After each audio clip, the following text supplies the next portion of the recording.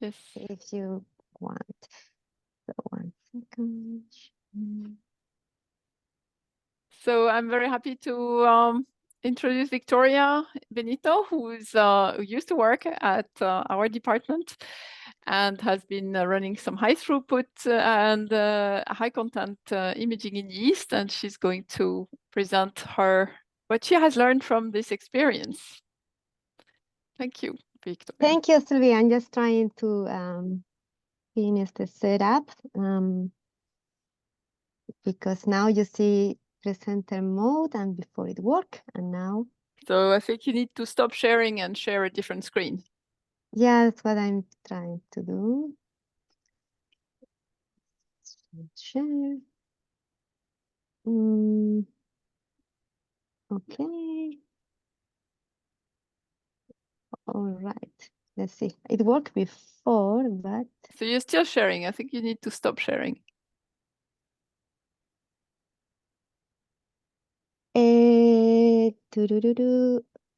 Here we go. Now it should work. So now we see the presenter mode. And now? Now, yes. Perfect. Okay, then we get started. So thank you very much, Sylvie, for your introduction. And so, yes, today we will talk about high throughput and high content imaging. And to take off, I want to introduce a little bit what is high throughput and high content. And so let's imagine that you are in a very busy airport security check. So the high throughput would be like the metal scanners that very quickly screen many passengers trying to identify the metal object. And by contrast, the high content will be like the X-ray scanners that look into your luggage and identify the small details. So now modern imaging systems usually combine both high throughput and high content aspects. So but let's look into it a little bit more in detail. So first starting with the high throughput imaging. So here what we are is trying to acquire and analyze many images. And this cartoon is a very basic representation of a high throughput system. So we start first with a bioassay where we aim basically to have a reporter for a phenotype. Then we apply a systemic perturbation, and that can be genetic, for example, with an siRNA library or now a CRISPR-Cas9 library. But it also can be chemical, like a library of small compounds. We apply our systemic perturbation, and then we perform automated microscopy. So we take a large set of images. These images are then analyzed by automated image analysis. And then we look into our data and we identify hits, which are either the genes or the chemicals that produce the desired phenotype. So this is basically, in a nutshell, what a high throughput imaging is. Okay. Now, by contrast, high content microscopy, the goal here is to extract the maximum information from our images. So in this example, you can see a macrophage, and then you can see in red, we have the cell membranes. In blue, we have the nucleus, and in green, we have some little bacteria. So we have an image like that, and with automated image analysis software or with AI, the software can identify different parts. For example, here we can identify the cells in yellow, and then we can identify the little bacteria in blue in these images. Then the system also identifies the region of interest. So in this case, the bacteria that are inside the cell. And finally, we can select many different parameters that we analyze and transform into numerical data. So it can be the area, the perimeter, the centroid, etc. So the idea here is that we will have a lot of numerical data that will be able to describe complex phenotypes. So the nature of the high contact microscopy comes from actually this richness of the image-based data. So then you can imagine that nowadays we apply high throughput and high content imaging in many different fields. So you can think of drug discovery project or functional genomics or system biology projects that, in fact, what they aim to is to give us a better understanding of stem cell research, cancer research, neuroscience, you name it. So it's applied in many different research fields. But what are the key elements for a successful high throughput and high content screen? So I would say that it's a combination of the biological model that you use, the screening library if you are running a screen, but especially this workflow between the assay that you use, the imaging acquisition, and the data analysis. And it's here where we are going to zoom in a little bit in the rest of the presentation. So in my next slide, you can see how this works a little bit practically. So this is a workflow for a high throughput or high content experiment. So let me explain you slowly. So we do start with a research question. And then to answer this research question, normally we design either a biological assay or some markers that will allow us to measure a particular phenotype. And this has to be as robust as possible. Then we prepare our sample. And once more, because we have the high throughput and the high content experiment on mind, this has to be easy to scale up, and then it has to be very robust and reproducible. Then we start testing our microscope.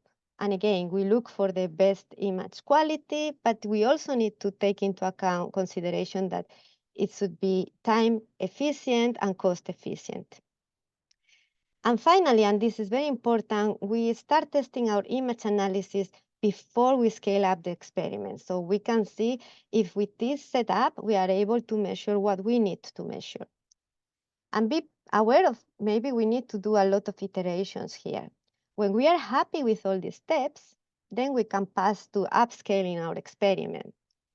And then we will probably have to optimize some little steps, and then we start with the automated image acquisition and the image analysis. This step, in my experience, sometimes also needs of further optimizations and iterations, and that is more or less the workflow of this type of experiments. Very good. So now let's look into detail at the different steps. So at the top of the workflow, we have the bioassay and the sample preparation. And these initial steps are also very important because they are going to lay the foundation of the whole high throughput and high content imaging. So what we have to do is to keep always, of course, the research question in mind, but also the model system that we have chosen. And then we can ask us several questions. For instance, do we need to do 3D imaging, or would it be sufficient with a 2D imaging? What is the size of my specimen? That maybe determines what type of microscope system can I use. Do I have to use fixed samples, or I prefer to use live samples? That also will affect the type of microscopy we are going to do. Very important also, what type of sample, how many samples do I need to measure for a robust statistics? Which fluorophores can and I need to use? And this is also important. I told you that you can measure a lot of parameters, but how many of these parameters do I need to answer my research question? And finally, also take in consideration that the sample preparation is very important. So it has to be optimal and it has to be very standardized so that we have good reproducibility throughout the experiment. So, okay, we have defined everything now, and what we want to is to capture a very good image. So here is a list of things that we have can take into consideration to improve the image quality. And I think that you have or will discuss most of these aspects throughout the course, but I will go through them from the side of high throughput, what is important for high throughput and high content imaging. So let's start a little bit with the automated imaging and the multidimensionality. So if you imagine that you have, for example, a multi-well plate, nowadays we are able to program microscopes so that it can take images in each of these wells that I call N. And then from each well, we can take a number of fields of view, M. And then we can also take different spectra channels, lambda. And from each of these images, we can take a number of Z stacks if we are imaging in 3D. And if you are doing live cell imaging, you can also take intervals, so different times. So the advantage of using this automated imaging instead of doing it yourself manually is, of course, that is very unbiased. So we don't select the regions that we want to image, and also is reproducible and is time efficient. However, there is something very important that we have to consider when we are doing automated image analysis, is that we have to select the combination of dimensions, again, that is important for our experiment, so that we don't we generate the data that we need, we don't miss anything, but we don't waste time or we generate massive amount of data. So that's the balance that we want to have. Well, another important aspects of the high content and high throughput imaging is the autofocus. So this is very important because it's going to help us to keep the focus, the sharp focus throughout the whole imaging. And there are many different types of autofocus, and it's specific for each microscope system. And in a nutshell, we can say that there are active and passive mechanisms of autofocus. So most common are the active, and these are basically you have an emitted light of source that is not going to interfere with your experiment, that is sent to the object. And then the microscope is able to measure the distance to the object by measuring the reflected light, okay? And an example of this autofocus system is the Nikon perfect focus systems. And with this, what you have is that the microscope is constantly assessing and correcting the focus. So you don't have to worry about that during your long experiment. And in theory, this can be done with any plate and even with plates that are half full. But I would recommend that for optical performance, you will use the best quality plates as the best quality possible when you choose your plates. Then let's look at the plates a little bit more. So of course, microplates come in many, many different flavors. You have different sizes, you have different coatings, different materials. And the first thing that you have to consider when you choose your microplate is, of course, the biology. And this is especially important when you're doing live cell imaging. So you have to choose the plate that is appropriate for the organism you have or the cells you have. So for instance, you can decide if you need to coat your plate and with material. But that said, I mean, the majority of the microplates that we use in microscopy are normally flat bottom and then have these black sides, which is just to prevent light scattering from one well to the other.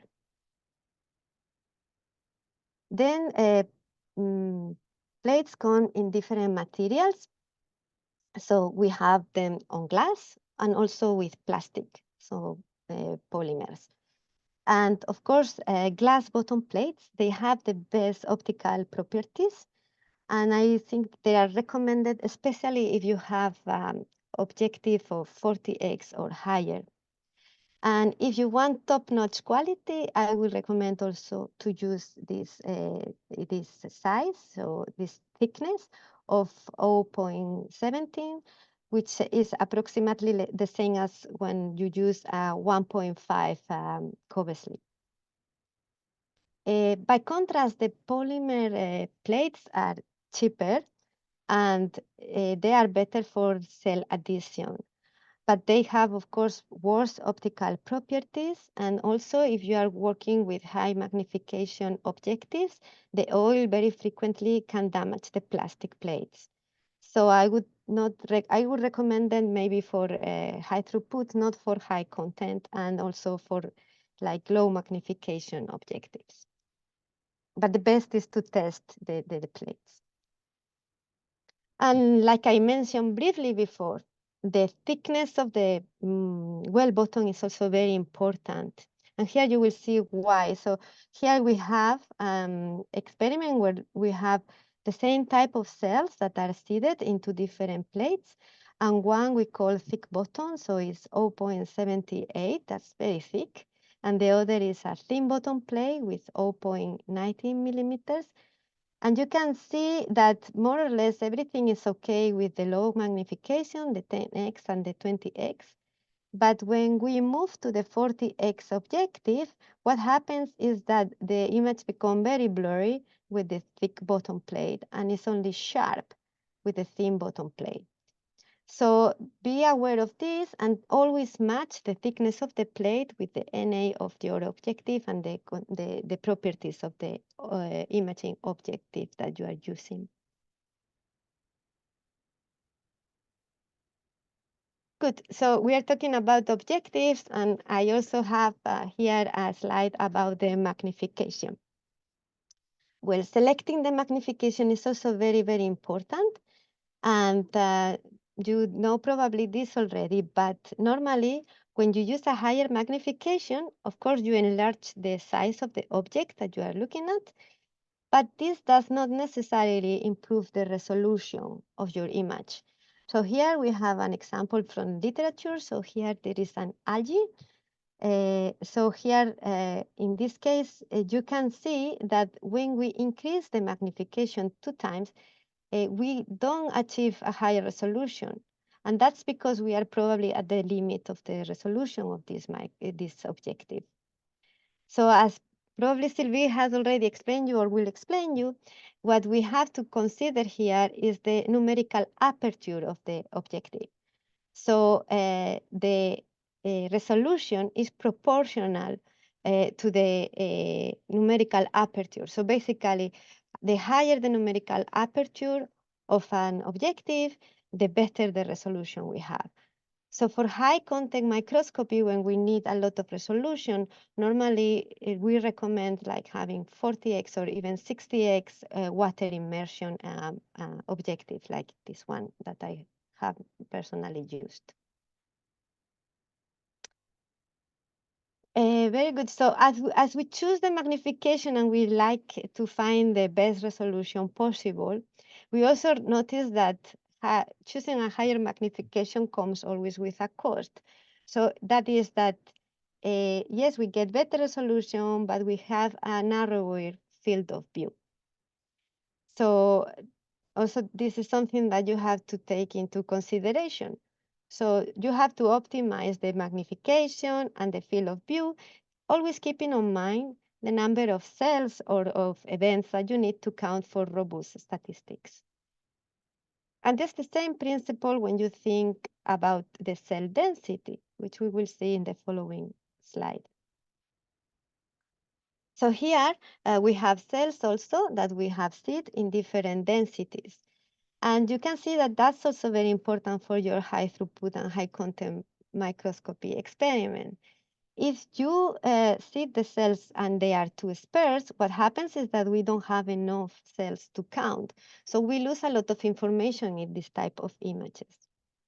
By contrast, if we have a cell density that is too high, then the problem here is that the cells start to be on top of each other, and sometimes it's difficult to segment it. That is, to use the image analysis to identify the individual cells.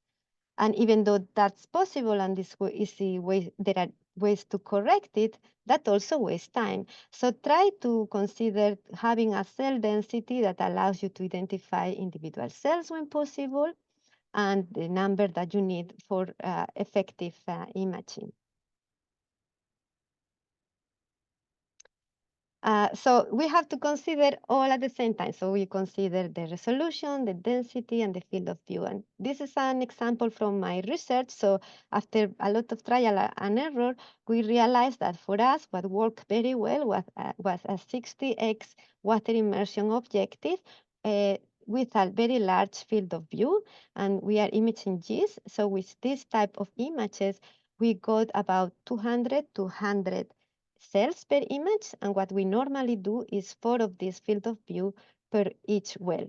So this is what you have to optimize in the first part of the scheme that I showed you before when I describe how to set up your experiment of high throughput and high content microscopy.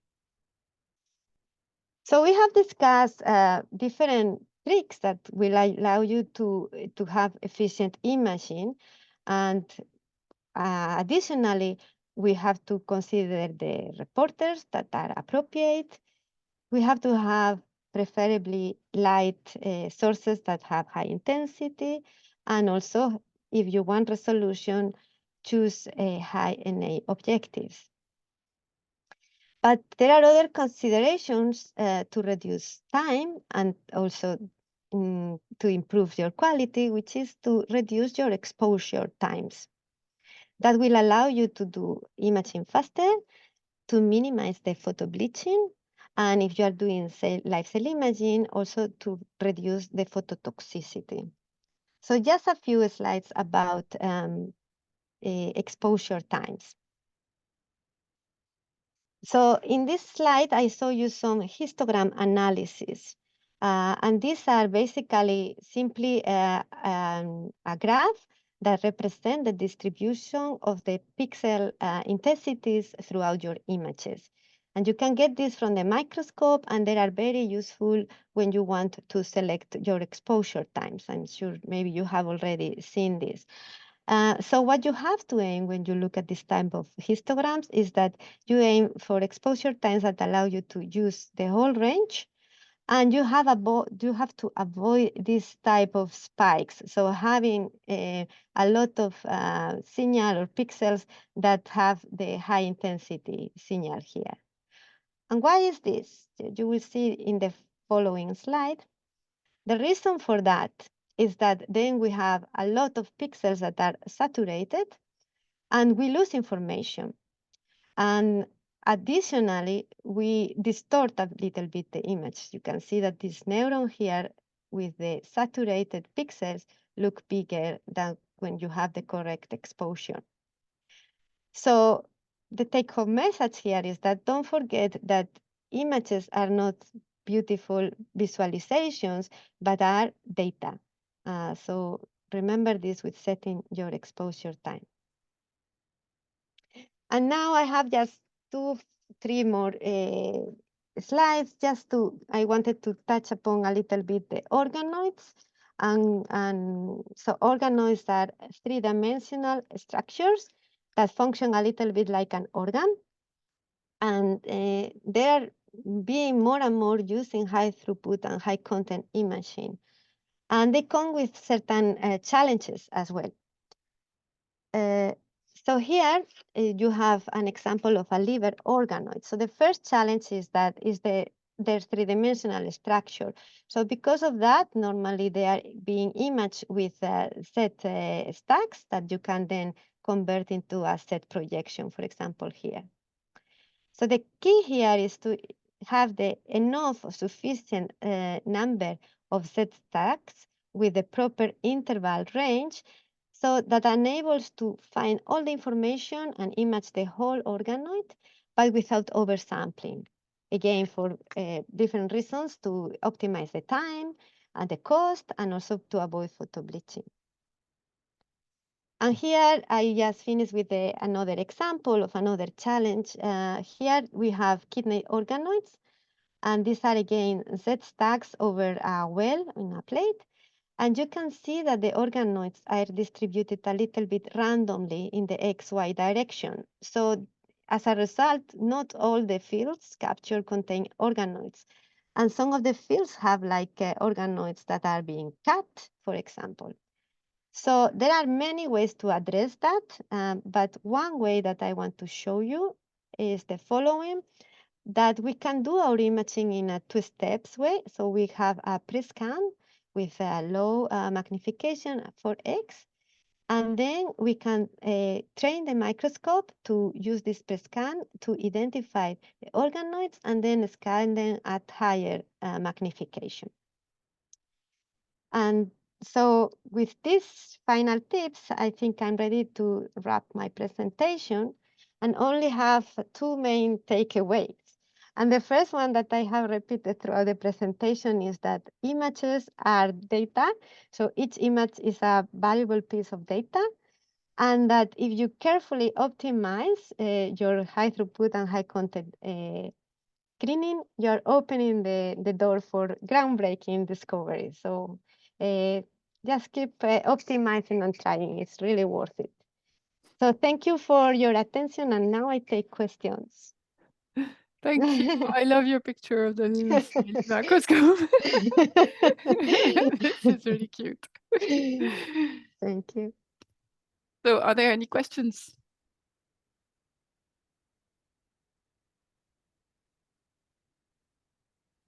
I don't know if I see the whole gallery, but I don't find, I will stop sharing maybe, or look at the chat. Yeah, there is nothing in the chat. No? There are no questions, no. It's may come. It takes a little while. No problem. And you have my email, I guess it's in